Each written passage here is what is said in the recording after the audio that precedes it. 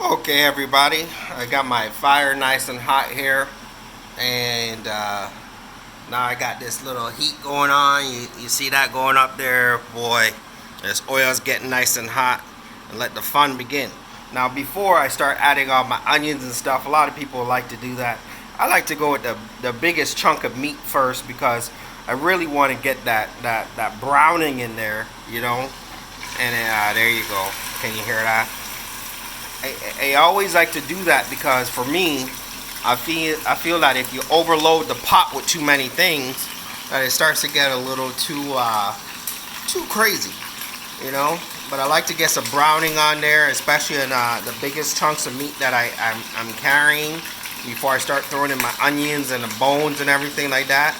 And I definitely don't want this bad boy to splatter, so I'm trying to keep my phone away, you know. But you can see how it's getting up in there. And when I think the heat's back to where I want it to be at, I'm getting ready to add my other piece of meat up in there. And there we go. I'm gonna add my piece of oxtail up in there and get that heat going again. And not only does it give me a little bit of browning, and it starts to give some caramelization up in there, you know. And the biggest chunks of meat will definitely be, and I gotta tell you guys, you know, I like to always, while my meat's sitting there, I like to throw my salt, my peppers and everything on there, just to kind of, you don't want to brown it and just don't have any flavors on there. So you want to get in the habit of kind of pre-seasoning your meat a little bit.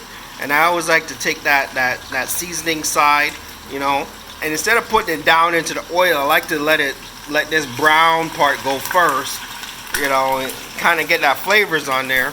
And that way, by the time I flip it over, oh my goodness, the heat's already into the meat, and the meat's already starting to get the coloring that it needs, you know. And then we can go from there.